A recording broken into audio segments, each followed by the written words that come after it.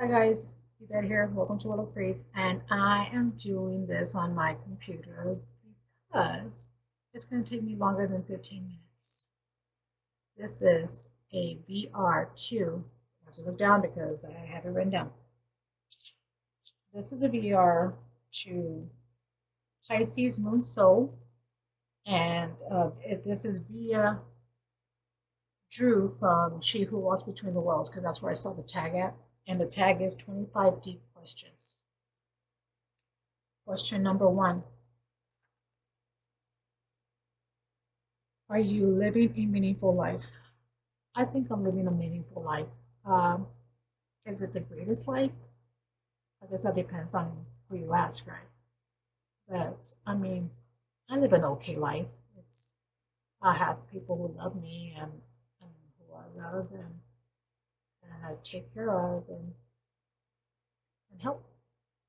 So I got a job, a roof over my head, food, a vehicle to drive. I think I'm living a meaningful life. Number 25, number 25. I jumped from 1 to 25. Number 2, geez. What's the one thing you can't live without? Can't live without love. I have to have love in my life. It doesn't have to be like an intimate type of love. I'm talking about love in general. You know, my uh, like my family. You know, people who love you. How can you not want to have love in your life? Just it's just me, I guess. I don't. It's just something that I can't live without. Number 4. What do you want your final words to be? I would tell my son, hey, I buried the treasure in the backyard. Don't tell your sister. And then I'll call my daughter and I'll tell her, hey, I buried the treasure in the backyard. Don't tell your brothers. Other than I love them, I would tell them I love them, but I would do something crazy like that because just who I am. And then my kids will be like, oh, that's just so mom.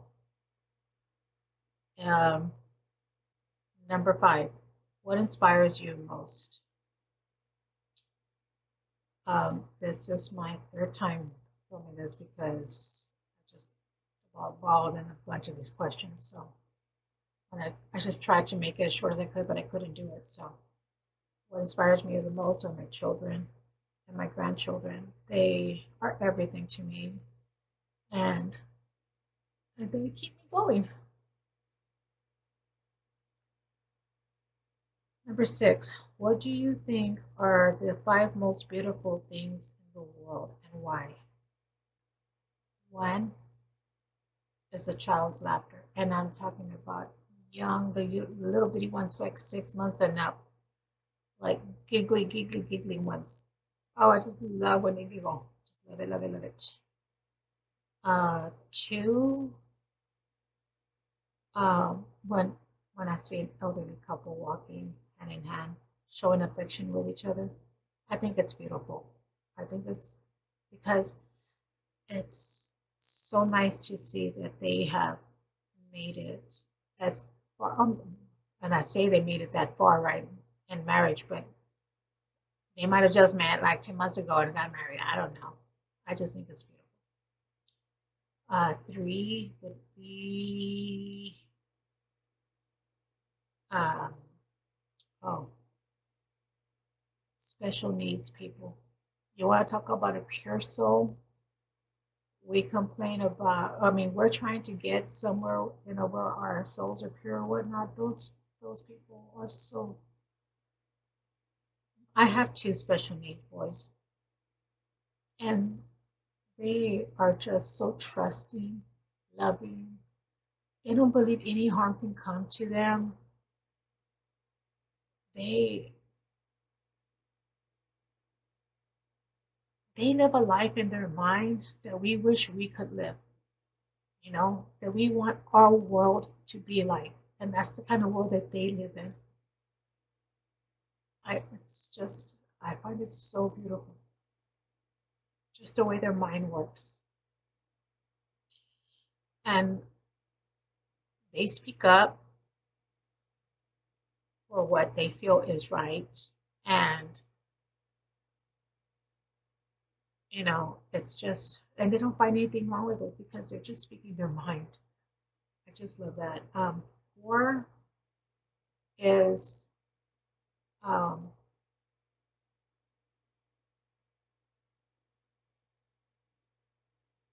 I want to say, I want to say, nature is the most beautiful thing um, that I think we could lay our eyes on. Even though you can, just like it has. I don't know if y'all seen Wally.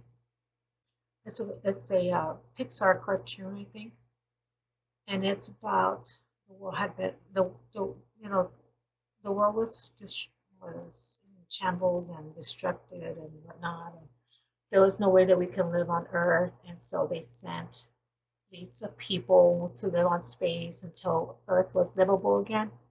And then there's that the only way they can find they can go back is if some one of the robots brought life back, a sign of life, and she brings back this plant, and it shows life.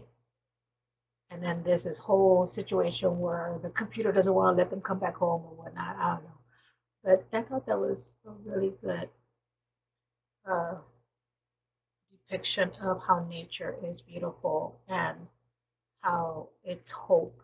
It gives us hope. Um, Keep cutting trees down, though. I don't know. But if you just keep planting, guys, keep planting. You know, in your backyard, keep doing your gardens. Keep doing it because the world needs that. I know. And number five would be life. Life is beautiful because all the experiences are beautiful. Now, we may have some bad times, but there are some good times in there too. Every experience we have is a learning experience, and we live a life that, you know,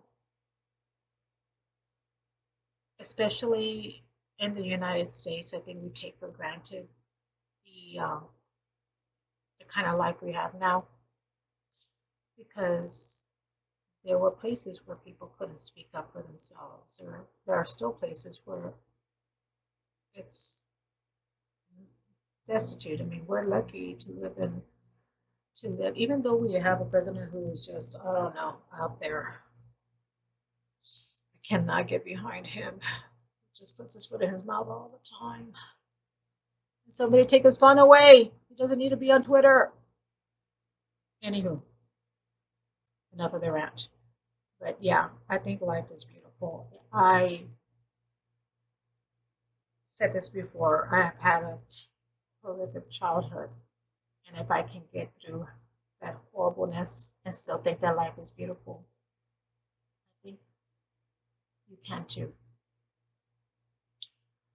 Um, what makes you feel most empowered? Uh, Making the right decisions for my family makes me most empowered.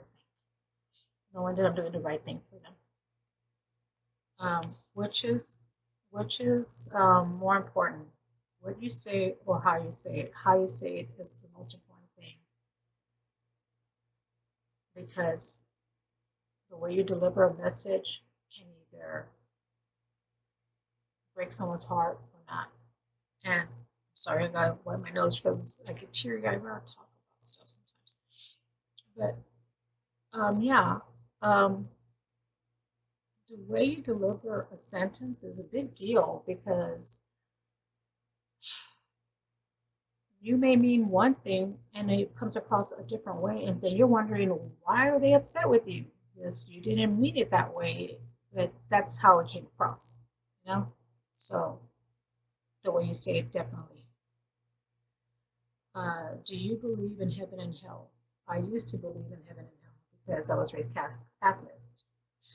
And then my mom uh, decided to turn Christian and left all the witchiness behind. the whole situation. But I don't even know. And she knows, she should know better, but anywho's, it's her life. Gotta let her live it. But now I just think that, because I've always been one of those people that I've always been a kid who questioned everything.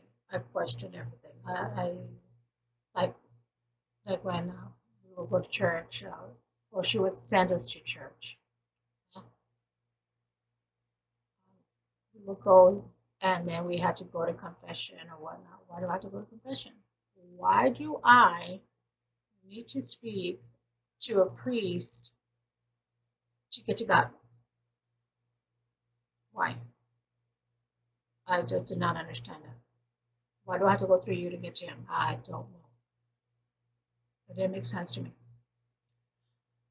And I remember thinking that at the age of 8, I was thinking, why? Why do I have to do that? And then at the same time, I'm going through this horrific thing, and you're telling me that I have to go through you to speak to God. No, no, no, that's not going to happen, sir. So I would always throw a fit when they would make us go to church because I didn't want to go, because that's not something I believed in. So let's see. What the question was, do I believe in heaven and hell? No, I don't believe in heaven and hell. Number 10, do you live to work or work to live? I work to live. I am not consumed with my job, but I do need it to live, to buy food, to pay the rent, to pay my bills. So I work to live. Do you trust anyone with your life? I trust my children with my life. I've told they know my wishes, so I've spoken to them about this. I'm short, guys, so you can tell. But they know my wishes, so they know that if something happens to me, I want somebody pouncing on my chest until I come back. And if something happens that I can't come back, then they know I trust them to do the right thing. Number 12, even sitting up, look at me, I'm so short. Number 12, would you consider yourself introvert or extrovert? I used to be extrovert. I say used to be because that's when I was younger. Now that I'm older, I find that I like to be at home a lot more. I think things change with age. But I'm a little bit of both because even when I go out, I still talk to people. I'm not closed off. Do you believe in true love? Well, it all depends on who you ask. And if you're asking me do I believe in true love, I don't know. I've yet to see it. So, yeah, I believe in love. But true love, like storybook love, I don't know. I don't know about that. Number 14, how do you think the world would change in 10, 50, or 100 years? Well, technology is going to be crazy, I think. Although it's going to be slow going because you need these kids who are in school right now to come out with the ideas. Because let's face it, in the 80s, how many of us thought that by the year 2000 we'd be, riding around in those hoverboard things? You know what I mean? I think they just barely made them a little after the year 2000. What was it? Did they have like a prototype in 2005 or something like that? I mean, that it took all that time to get there. So yeah, a flying DeLorean maybe. I don't know, but yeah, I mean, technology will change a lot, but not as, uh, and it does change quickly when it comes to programming and stuff, but not when it comes to new inventions. Sometimes it takes a while, just because we need fresh new minds. Um, number as well, no, and as for people, because I was about to forget people here. I hope that people are better than what I'm seeing now, because right now people sometimes are assholes, and if we're all one, then I'm an asshole then. because we're all part of the same thing. We're all assholes. But I'm just saying, sometimes we could be. Hopefully, we get better. Number 15. If you had if you had the option to know the date and the circumstances of your death, would you want to know? No, I don't want to know because I have an obsessive gene, and then I'd be obsessed with it, and I don't want to know because then it will hinder me from living life, and I like to live my life. Let's see. Number 16. What is something you are certain you will never experience? I don't think I would ever experience. I don't know. I like experiencing things. I like trying new stuff, but hopefully I guess something that is harmful. Hopefully I will never experience something that's harmful. Then I think something that I have a I think the problem is that I feel like I've already experienced the worst thing in my life, and I'm hoping that that was it. Um, Number 17. What impression do you think you give when you first meet someone? I often get strength, even on YouTube, on my videos. They comment how strong I am. I don't see myself as strong. I just see myself as trying to get through my life the best way I know how. And I think it helps that I'm a very optimistic person. I'm probably too optimistic, but probably to a point where people think that I'm maybe like flighty or something. But I would rather think something good about the world and people than to live in a world where I'm always angry or upset. I mean, this is why I left my husband to begin with, because I was tired of arguing. Number 17. Oh, no, I already did number 17. Number 18. How would you prefer your partner to treat you with respect? If I treat you with respect, I expect respect back. RESPECT. Respect. Number 19. What one responsibility do you wish you didn't have? Oh, that's easy. Bills. Come on, guys. I don't pay bills. I'm tired of paying bills.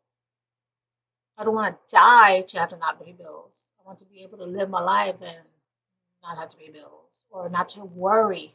I think it's the worrying about paying my bills because, we live paycheck to paycheck here. So I'm a single mom, and uh, I was raising, at the time when I left my husband, I was raising two special needs and two special need boys and my other son who's fine by myself.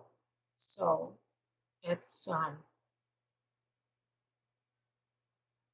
it's a, I was the only breadwinner. So yeah, until my um, oldest special needs son had got a job, and so he helps a little bit. But yeah, it's just we live paycheck to paycheck. So I would like to experience not having to worry about my bills. Number 20.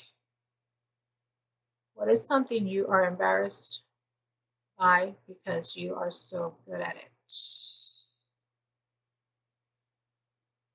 I don't know.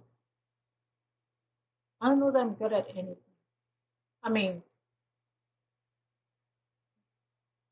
I'm a jack of all trades. I like to do all kinds of stuff. I wouldn't know that I would say I'm an expert at one thing, you know, and then I would be embarrassed about it. I don't embarrass easy, I guess. But yeah, hopefully my son called me because I'm waiting on him to call me to pick him up. Um, no, I don't know. I don't know how to answer that. Number 21. How do you recharge? Well, I recharge it when I do feel like getting out. I do go hang out with my girlfriends and we shoot the shit. They have drinks. I drink water. If we're at a bar, I drink water. I don't drink soda, so I just drink water. But or if we're at a restaurant, then I'll have some. If they have decaffeinated tea or decaf coffee, I'll have that. But, excuse me, I'm sorry. But yeah, um, I hang out with my girlfriends and spend, do some girl time. Number 22. What's the one thing you most want to achieve before you die? Oh, that's so easy. I want to finish my book, but I get distracted because I have a squirrel mind. But I do. I started writing a year ago, and I have only have like 6 chapters, no, seven chapters written.